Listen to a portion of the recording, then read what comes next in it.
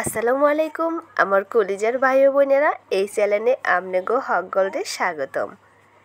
আইয়া পড়ছি কচুর লতি দিয়া চিংড়ি মাছ রেসিপি লইয়া। আশা করি আমনেগো অনেক ভালো লাগবো। একখান লাইক দিয়া দেখা শুরু করে দেন। অনেকেই আছে যারা কচুর লতি খাইতে চায় না, গলা কুটকুট করে হেই বয়ে। আজও রেসিপিটা যদি ফলো কইরা কচুর লতি রাঁধেন হেলে কইলাম ওই গলা চুলকানের কোনো ভয় নাই। প্রথমে আমি আয়া পড়ছি রান্ধনঘরে আয়া কড়ার মধ্যে দিয়া দিছি তেল গরম হওয়ার পর দিয়া দিছি পেঁয়াজ কুচি আর একটা রসুন। এগুলানরে আমি একটু ভাজা করে লইলাম। দিয়া দিতেছি ছোট ছোট চিংড়ি মাছগুলানরে আমি একটু ভাজা করে লইমু। ওইদিকে আমি কচুর লতি পরিষ্কার কইরা ধুইয়া লবণ মাইখা রাইখা দিছি। আপনারা চাইলে কইলাম লবণ নাও মাখতে পারেন।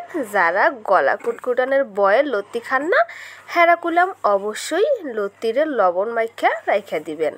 আরেকটা পদ্ধতিও আপনারা ফলো করতে পারেন, সেটা হইল গরম পানির মধ্যে লবণ দিয়া এই কচুর লতিটারে একটু ভাপ দিবেন, এরপরে পানি হালাই দিবেন।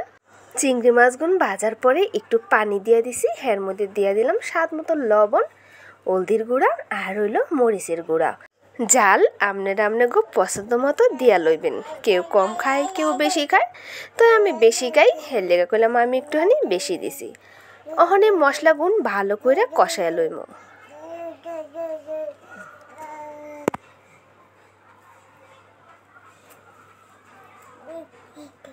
মশলাগুন কইলাম সুন্দর মতো কষাই না হইয়া গেছে। এর মধ্যে দিয়া দিমু আমি লতি। লবণ দিয়া ধুইয়া এই লতি রাইখা দিছি পানি জড়াইয়া। এই লতিগুলো আমি দিয়া দিমু এই মশলার মধ্যে।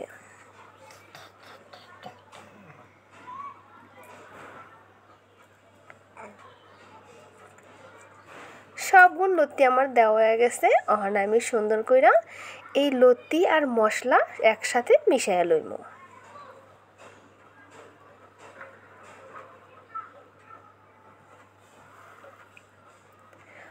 দিয়া দিলাম একটুখানি পানি। পানিটা কইলাম একবারই দিবেন, বারবার দেওয়ার দরকার নেই। একবারে পরিমাণ মতো দিয়ে দিবেন যাতে একবারে লতি সিদ্ধ হয়ে যায়। তাই আমার আর পানি দেওয়ার প্রয়োজন নাই। আমি এটারে ঢাকনা দিয়ে ডাইকে রাখবো। এর আগে দিয়ে দিলাম কয়েকটা কাঁচামরিচ। কিছুক্ষণ পর আইয়ে দেখি লতির তন বলকায়া পড়ছে। আমি আবার একটু লাইরা চাইরা দিব।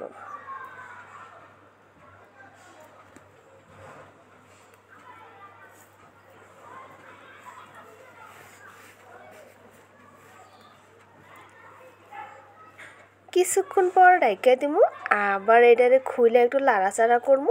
এমনি কইলে রাঁধতে হইব এই কচুর লতি।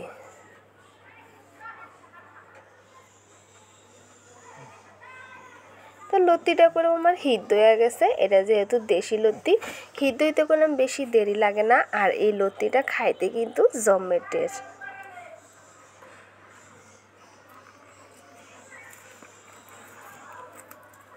এইদিকে লতি তন করলাম পানিও হুগাই গেছে। আমি এর মধ্যে দিয়ে দিলাম ধনিয়া পাতা কুচি। তো ধনিয়া পাতাটা একটু এই লতির লগে মিশাই দিলাম। আবার একটু ডাইকা দিমু, যে একটুখানি পানি আছে এটাও জানি হুগাই যায়।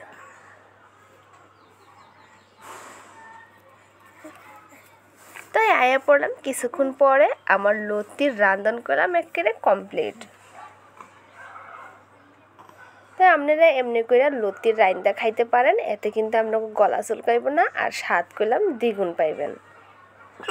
পরিবেশন করে দেখাইমু। তো এই যে দেখেন চিংড়ি মাছ দিয়া কচুর লতি কেমন হয়েছে সবাই কইলাম কমেন্ট করে জানাইবেন। আজকের মতো এখানেই বিদায়। আসসালামু আলাইকুম।